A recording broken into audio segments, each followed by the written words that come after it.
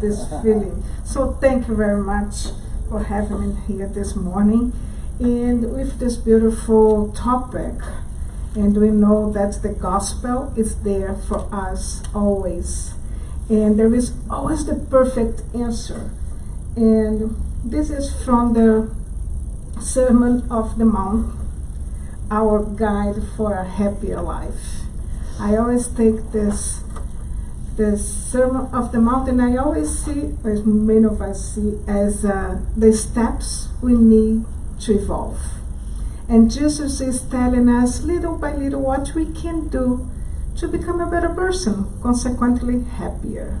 And then sometimes we work in our pride, and other times we work in our, how can I be more patient, more tolerant, and little by little we're going to overcome our imperfections until we become a pure spirit. So the Sermon of the Mount is the perfect text that we can have near to us all the time. So every time you thought something that you think it could change, look there, and then you're going to have the perfect answer for ourselves. And blessed are the pure of heart, they will see God. So it's a condition for us to get there near to God and perceive this better. And it's confirmed by this question from the Spirit's book.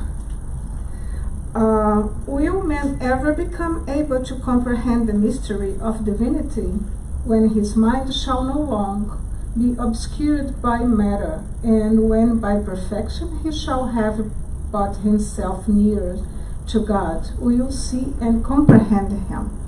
So the two texts confirm each one, and it's simple. You just need to be pure, right? Easy. And very easy, David is saying. So how can you get there? Let's go by the dictionary first. And pure, clean, blameless, unstained from guilt. We have the habit to carry a very big baggage of guiltness, right? Something happened, oh, that's my fault. And sometimes it is our fault. It is, we do something that's going to hurt someone, and we're going to have consequences. But carrying the guiltness, that's the problem. We can be responsible for something you did wrong, and you need to get this responsibility and work with these consequences and change all the situation. But just blaming ourselves is not going to help us in anything. And heart, physical heart, but also spiritual center, where thoughts, desires, sense of purpose, will, understanding, and character reside. So you have everything inside of our heart. That's the figurative of way to talk about our heart, because when you talk heart, you talk about emotions, and when you talk about mind, you talk about reason. When you put those together and you work and clean up in the cleanness of them, you're going to have this talk about pure heart. And we go back to Jesus, and you will remember that he always exemplified the pure heart. Because what should be this? Sometimes we think that you need to be only among people that they are described as a correct person for us to have this, you not be contaminated by them. And Jesus, in the opposite, he was near to everybody. It doesn't matter what people are saying, that these people are sinners or not. They were among them, and he was among them, exemplifying that what is contaminates us is our thoughts, not the fact that we are near to someone that maybe not act the better way they could do, but our thoughts. Because what connects us to bad things or good things is our thoughts. So Jesus never was worried about people saying that he was with the poor, the sinners, and one day he was there, one of the many examples we have from the gospel, that when Jesus was with the scribes and Pharisees, it was with these people, and the scribes and Pharisees start questioning him why he could be with people. His disciples did not wash their hands before eat. And Jesus answers to them. And Jesus was not, they are not talking about the simple act of wash hands that you really need to do more than ever, right? Oh, yes. And the hygiene thing aspect of this. No, Jesus was talking about the clean our heart, clean our thoughts, clean our acts. So Jesus answers to them. Jesus says, it's not what enters the mouth that defiles the man, but what comes out of the mouth of the man. So they were so worried about the external things, about the material side of the cleanness, that you're not thinking about they really need to clean their thoughts. That's what they make big difference.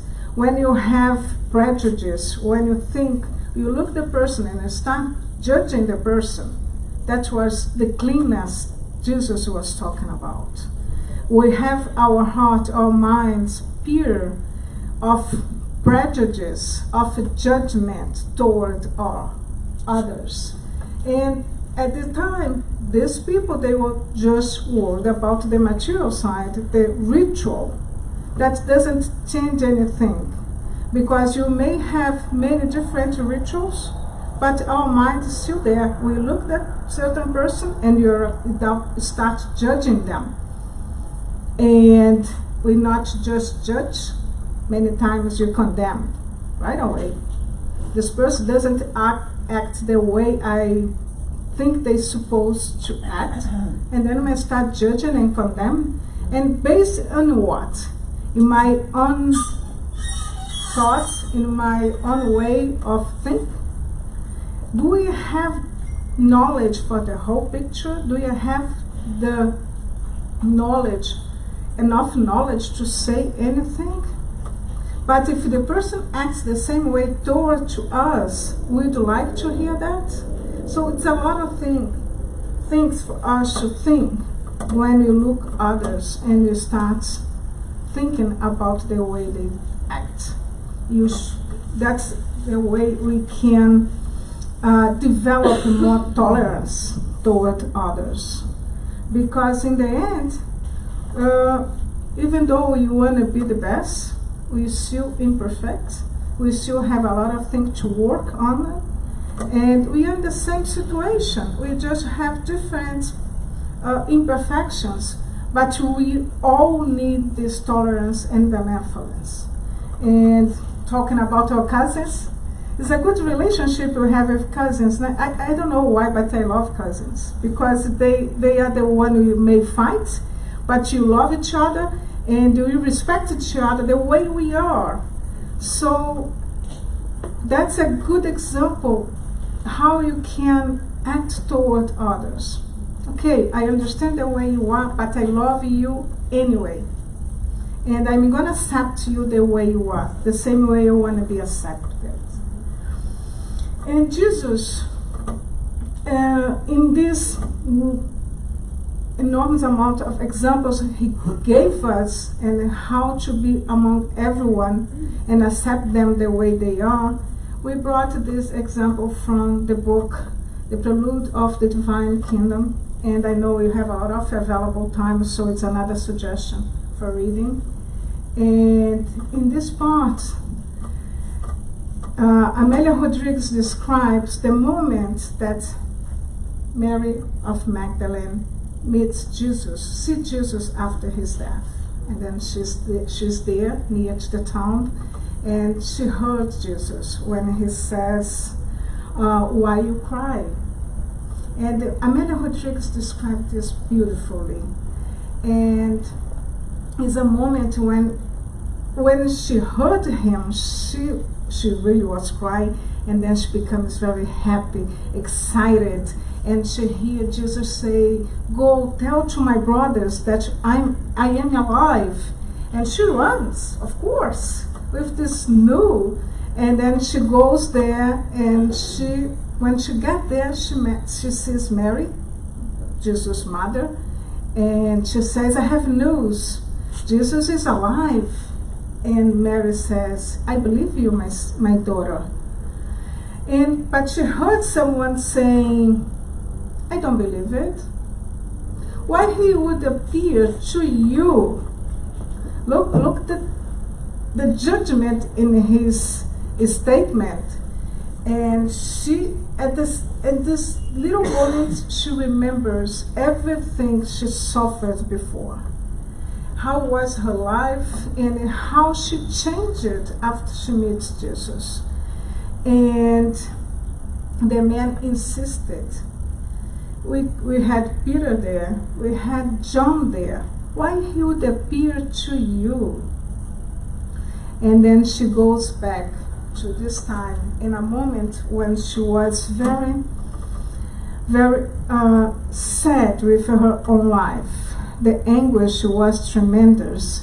And then she knew that her servant was going to Jesus' lectures, and so her servant was following Jesus, and she decided to ask her how to be to be with Jesus, but she didn't feel that she was worth to be near to him. And then I'm going to repeat the words from Amelia Rodriguez. "Mistress," the servant answered, "he will spend the night nearby in Capernaum. Go and see him." "But your rabbi will receive me?"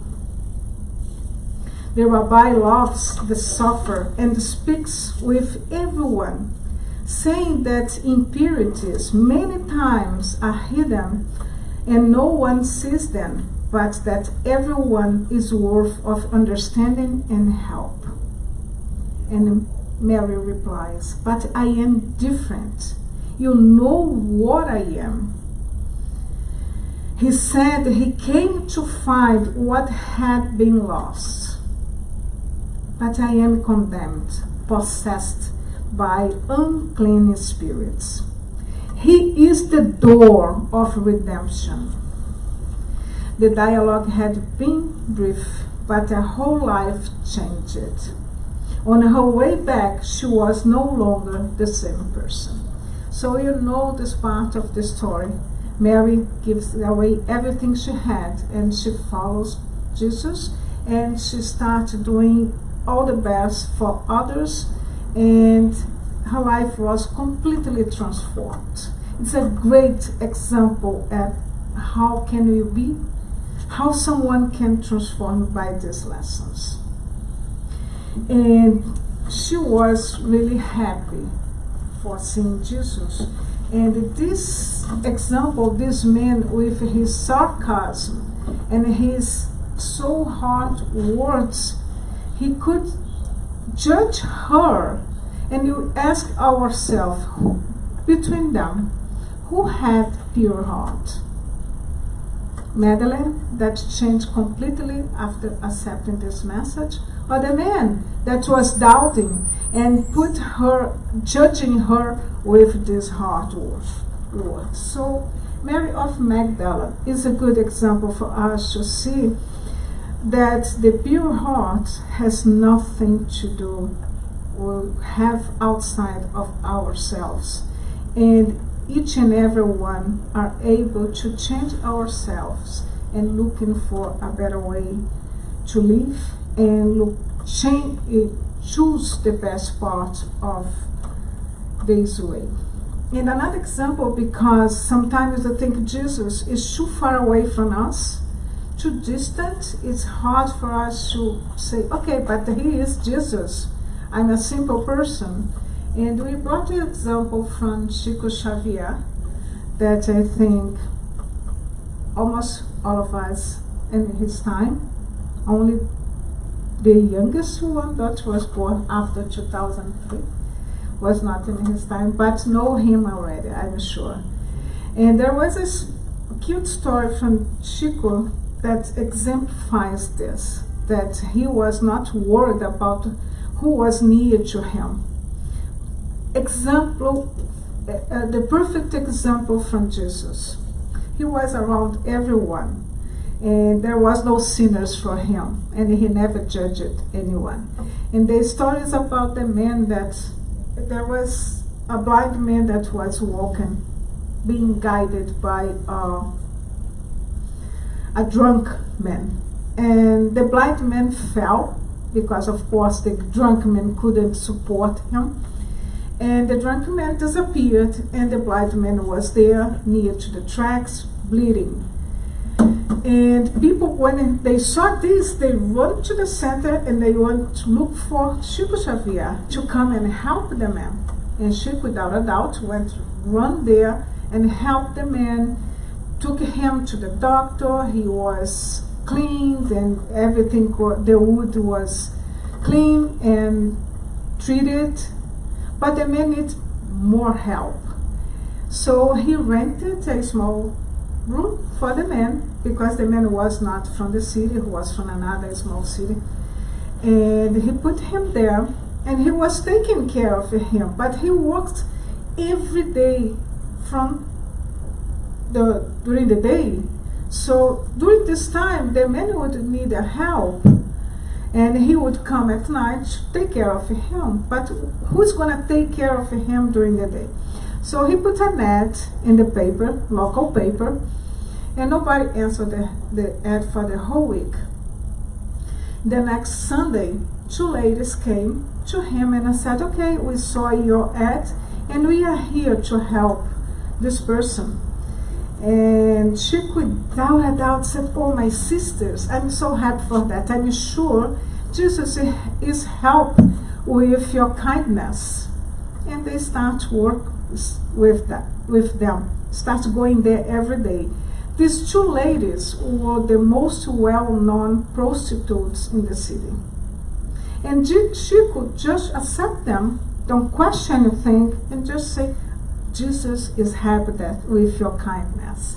That's a simple example. That's how we're going to purify our heart. When you look others and just to see a human being, doesn't matter what they did, what they are doing, they are human being. And I'm going to relate with them the better way I can.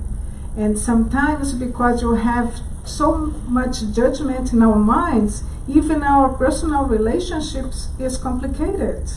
We have problems at work, we have problems at home, because before the person comes, we already have everything ready to tell them.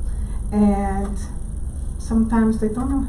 Maybe they just want to say hello, and we already attack them because something happened in the past, and you still harboring this resentment, this anger. And the pure heart is the one who's little by little is going to take this away. Doesn't cultivate any bad sentiments or feelings towards anyone. And Chico Xavier, if you want a more beautiful stories like this, you can find in this book. Because he is from our time, and you can see that we are able to do the same thing he did. We cultivate this tolerance and benevolence towards everyone.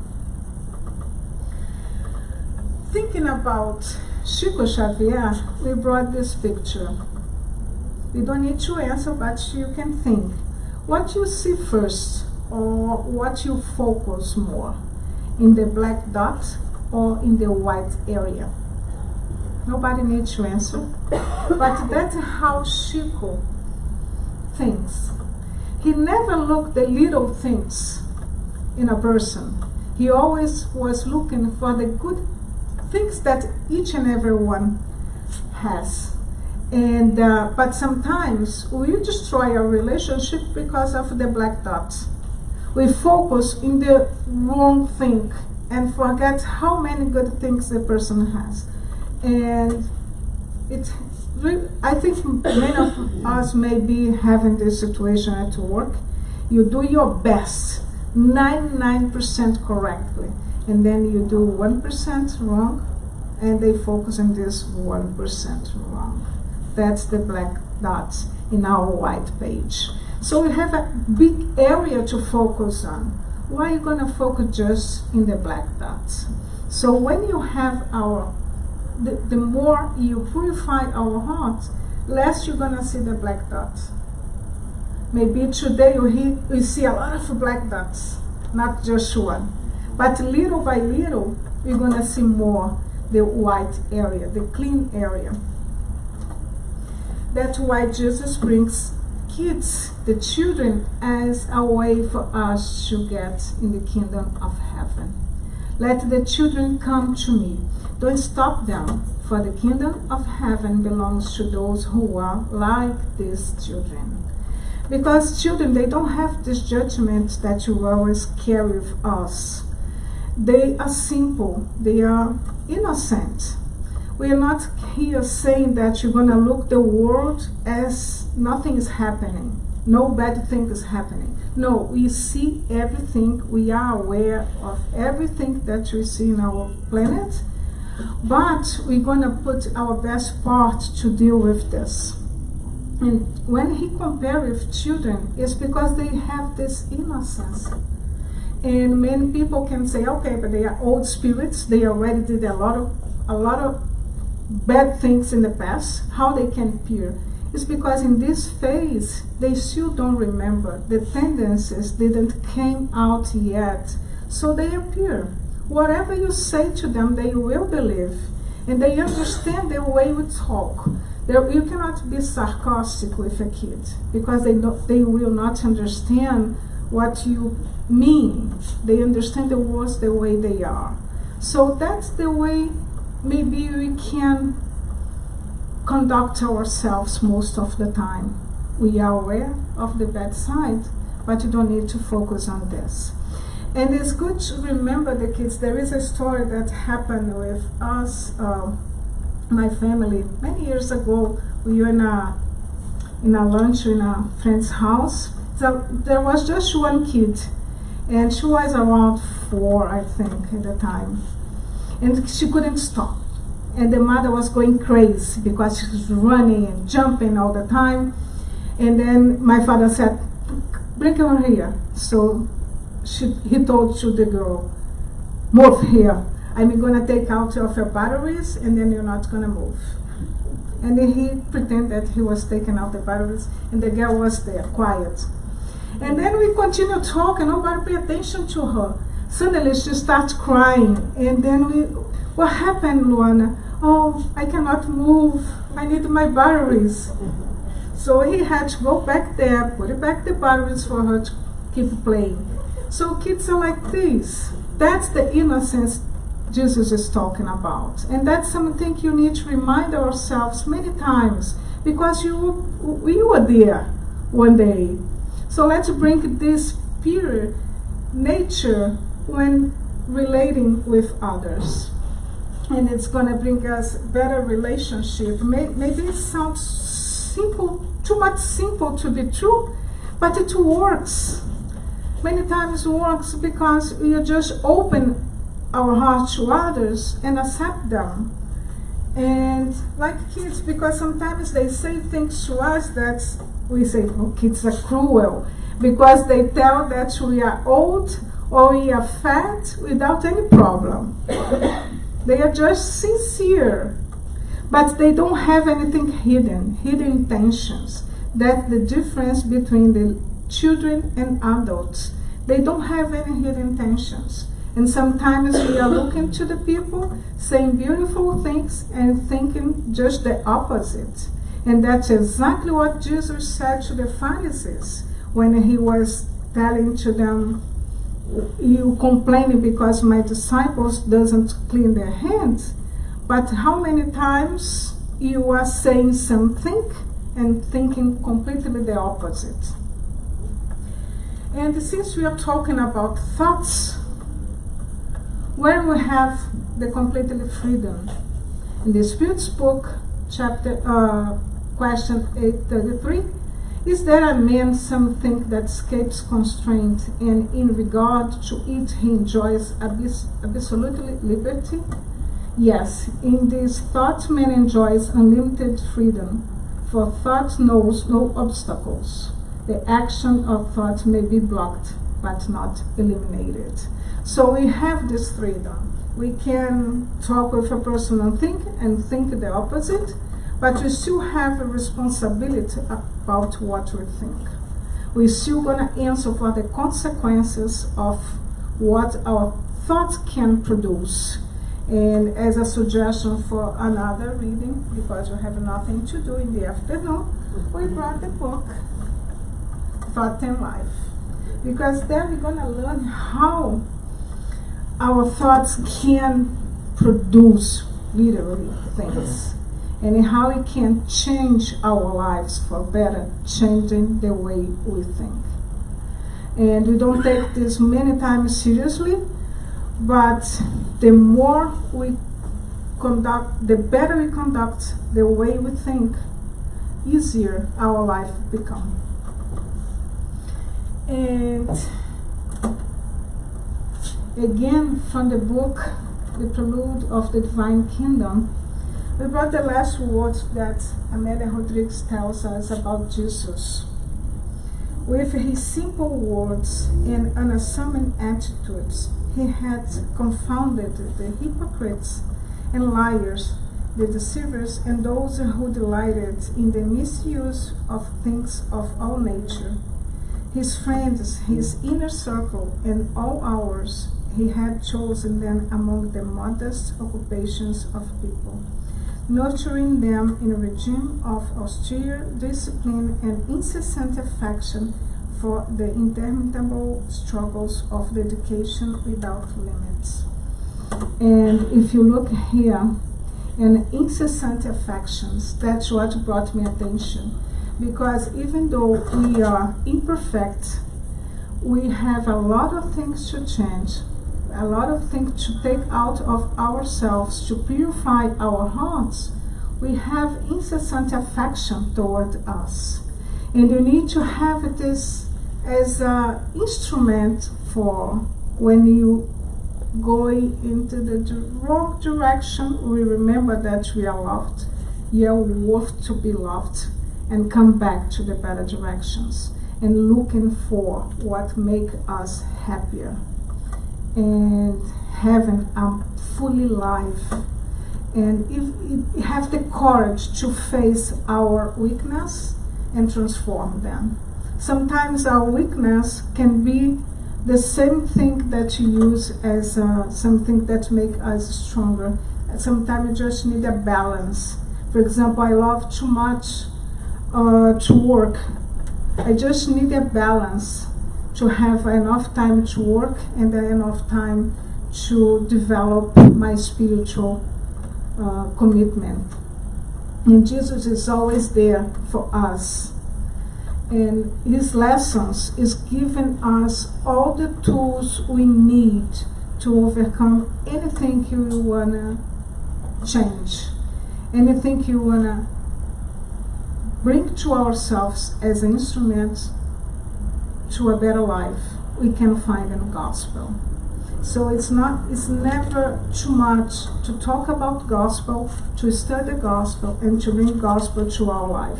We are not talking about carrying the book that we have here as another reading for today, but live the gospel, exemplify what we learn, and test ourselves many times, because sometimes we think, now I know this lesson, and the life brings us a big test, and we fail completely. But since we have incessant affection toward ourselves, we can try again and try and try and try. Many times it's necessary until we pass on this test.